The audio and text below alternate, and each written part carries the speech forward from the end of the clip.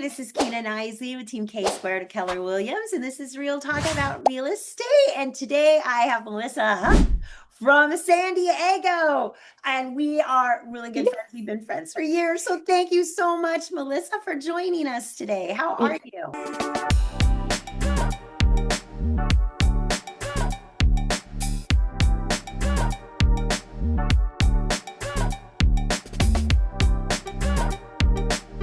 I'm doing really good, Kina. Thank you so much for having me. I really appreciate the opportunity. Yes, I'm so excited.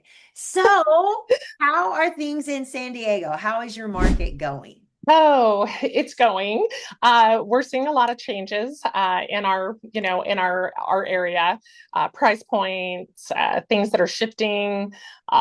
Houses are staying on the market a little bit longer. We're starting to see that the buyers are starting to take a little bit of the market share in our area, as I also understand it being, across the nation, actually, where, I think we're starting to shift to a buyer's market.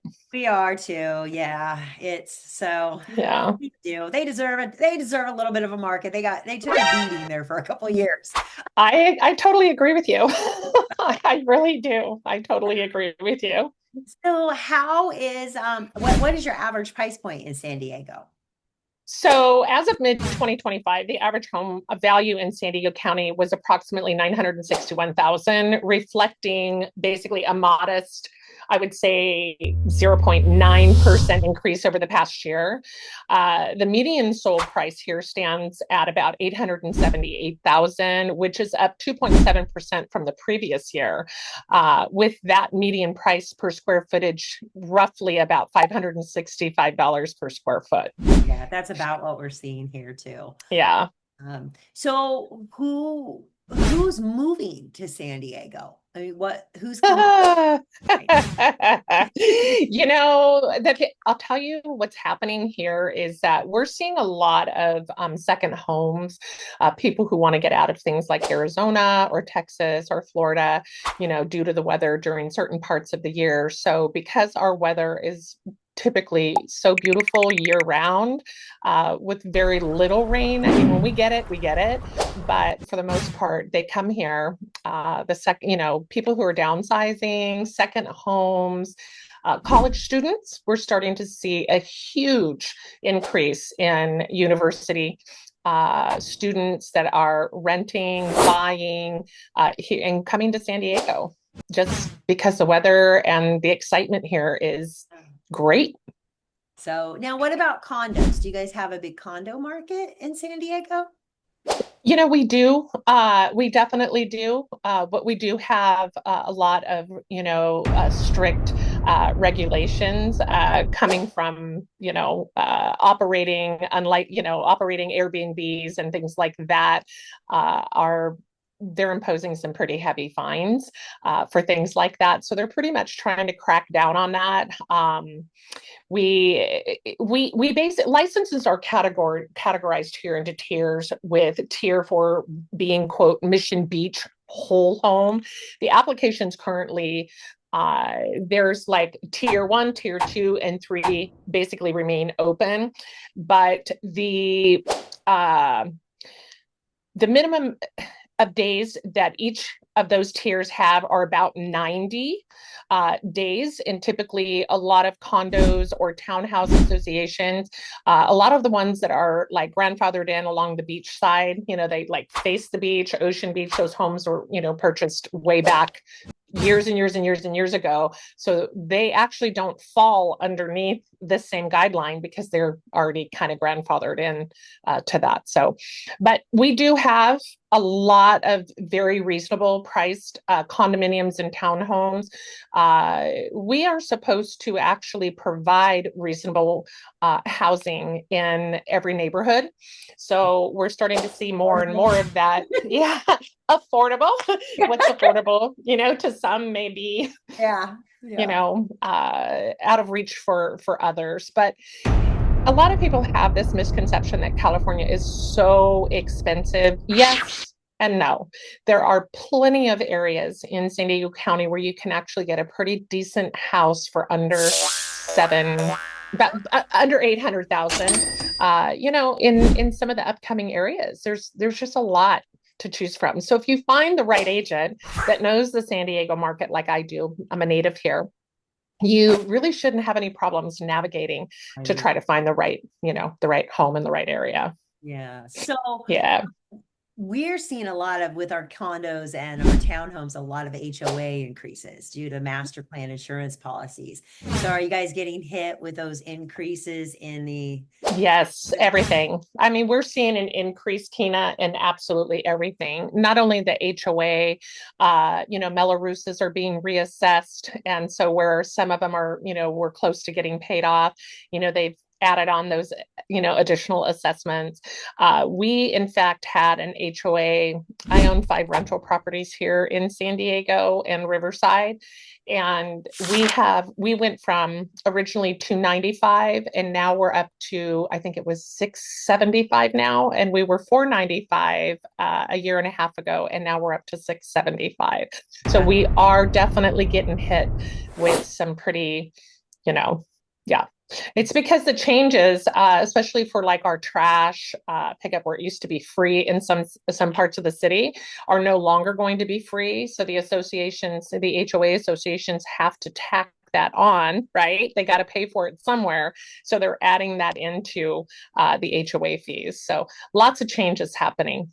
So yeah, here too. Now you talked a little bit about the short-term rentals. They are cracking down on those. I think that's every Mm-hmm. like. What Yeah. about if someone wants to purchase a long-term rental? What's the investment market like? So, so when we talk about neighborhood investment highlights. I'll give you an example. So Barrio Logan is an emergency cultural hub with basically a median price value of 675,000 and an average rental rate of about 2,750 for a 2-bedroom unit in that area, with an annual appreciation average of about 9.8%, with a cap rate between, I would say, 5.2 and 5.8. Whereas coming in second would be National City, which is an affordable entry point with a median property value of like $620,000, which takes on an average rental rate of $2,450 for a 2-bedroom unit. So that annual appreciation is about an 8.2 cap, with the rates at 5.5 and 6.1. The other one that's coming in pretty hot and heavy with a lot of rental is North Park.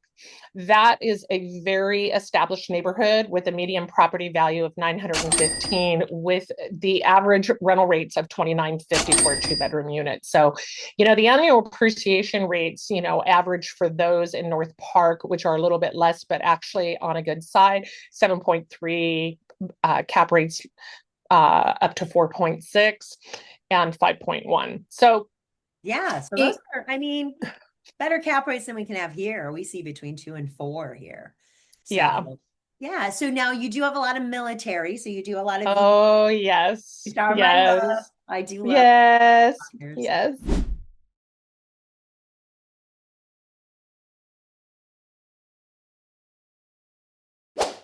Like family, Kina, but because we are a military family. My late husband retired from NAS North Island. My kids were born in the military. My dad was a Marine. My grandfather was a retired Navy here, actually in San Diego as well. I was an ombudsman for over 8 years, so I really am super connected into the military community. And I always find that when people say they need somebody who specializes and somebody may have sold, there's a different language with military Oh families. yeah, A and totally, for them, they're a yes, 5 year, right? They're not a yes, forever. yes, You kind of gotta, they're not looking for their forever home. They're looking for their now home. But yes, you got to make sure they have an exit strategy built in also, because they're not yes. hold it forever. So yeah. Yes, and I think they need a lot of hand holding in some cases for, the younger families who, think that maybe they just want to rent versus, purchase. But in all reality, because the VA is a no money down, they don't have to come Yeah, in with that's anything, a great any option. percentages. We really see a downside in our market as far as agents accepting VA offers. In fact, I was working with a client recently, Kina. It's sad to say, a veteran realtor discouraged the seller from taking our offer because she told them that the VA was, complicated and may not appraise, and just So, kind of created what we call steering, which yeah. is not a good thing to do. Yeah, so I will tell It, you, we're big in VA rep, and my husband is actually going to DC next week to meet with congressmen and representatives, to hopefully get a law passed to make that illegal. That they've got to be presented equally against conventional FHA. Yes, Yeah. absolutely. But I don't necessarily even know that that's going to make a difference, because people have that raw interpretation of what things used to be, 30 years ago when I first started in real estate, where we had what you call the VA no-no, right? Where the buyer didn't have to come in with any of that, and the seller was actually obligated to have to pay for a lot of those things. It's not like that. It's a different world. Non-allowables, making copies, I'll pay it. To me, I feel like that's discrimination across the Yeah, because board. they're sellers, It they're really strong is. buyers. They're not Yep. need a place to live. They're not going to not make their payments. And Yep. yeah, Yes. so, no. Yes. What about what do you do in San Diego for fun? Oh You my God, there's book. so many things that we do. There's so many hidden gems here throughout San Diego. And being that I was born and raised here, I'm still discovering an abundance of amazing did you knows. I actually started a series in San Diego called Did You Know? And what I do is I find all of the things in the various areas all across San Diego County, and I post those on Nextdoor. And I have gotten an overwhelming amount of appreciation, because I'm not just throwing out real estate. I'm throwing out facts about people's communities that they Yeah. didn't even know about. So it's been pretty incredible with the Did You Know? And I spend a lot of time with my kids. I'm moving my son home. He's finally coming home. My girls are here, my granddaughter's here, my husband and I are here. Yeah. And yeah, so we do a lot of things: parks, biking, hiking. We have a nice pool, so we swim a lot, and we do entertaining. We do invite a lot of our clients to our home for gatherings and barbecues and things like that. So, you know what? There's just so much to do Yeah. here that you really never run out of Yeah. things to do. I mean, I always love it when I go to San Diego. I'm telling you, you have that baseball field. It is the bougiest baseball stadium I've ever been to. They'll bring you drinks at your seat, like little ones with little paper umbrellas and stuff. I'm Well, just there watching the baseball game. I don't even know what's going on in the baseball game because I don't understand baseball. But I do love yeah. it. The food choices, and then the waitress comes around and brings you drinks. Yeah. Well, Rady's Shell, which is the music hub, was where everybody goes to, where they have shows and bring all the concerts into San Diego. And they have where you can actually order your food ahead of time and your drinks, and they bring it to your table so that you can enjoy the show while enjoying dinner. Yeah. Like date night kind of a thing. And it's a lot of fun. And for those who don't actually have the money to get in, or they really don't want to spend the money, but they just want to listen, there's plenty of places around the outside for you to bring your blanket and your picnic stuff and sit down with your family and listen to the music without having to go inside. Oh, There's just, yeah. I'm the person that's to connect with, especially when you want a great deal or you don't want to pay for anything at all. Yeah. So tell us Yeah. about the book you wrote. Oh my gosh. Yes, Melissa's an author. Kina, it just was released on Amazon. It's on Kindle paperback. We are in 35 countries. We have written it in over 14 languages, and it's actually hit the bestseller. Australia being number 2, California being number 1. We have 22 amazing co-authors in this book. and it talks about the struggles of, of life, where we've come from, where we wanted to go, and where we are today. So they're inspirational life event stories that people really can connect with. And it's just, I'm working on my second one. I'm working on the second book, and working on a few podcasts to really, I want to be a resource, a community resource of information for people. It's not about business all the time. It's not about the commission. It's about who we can help and connect with. I love the relationships that I've made. Yes, absolutely. And there's really no place I think I could have ever developed these relationships without being in real estate. We're not for everybody. And sometimes I think we get a bad, like rap or bad name. And I think it's because of those agents that don't take the time to consistently build and create, long-term relationships, because I've learned over the years that this is where you literally find your family. The community is your family. And so I'm really excited. Also, it's going to be coming out next month, but I was nominated for North County's Best, and they had, I think, 54 nominees for the area. And I found out about a month ago that I actually won so I am so excited. And that'll be released next month. So I'm really excited. There's a lot of really great things that are coming. There's a lot of great things coming. And I think a lot of it is really, surrounding yourself with people with greatness. With great referral partners like you. Yeah, and like you. All right. Well, thank you so much for joining us. Zoom is going to kick us off soon. Yes. Version. It was so great to get to talk to you. I can't. Are you going to be at Mega Camp? Not this year. We're actually going to be in Ireland, of all places. Yeah. So my husband and I are taking a 2.5-week trip to Ireland, and we've made the decision to put traveling back into our life. We're just at that. We're empty nesters, so we're wanting to do that. I've got a great assistant, and she's literally taking over my business. Yes,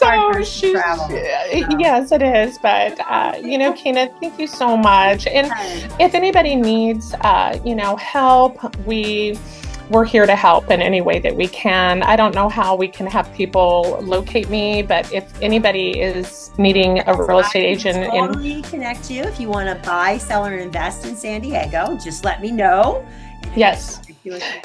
Exactly. You can reach me at 619-823-6137 or send me an email at melissa@melissahuk.com. All right. Well, thank you so much. This is Knisley with Real Talk About Real Estate, and I will see you soon.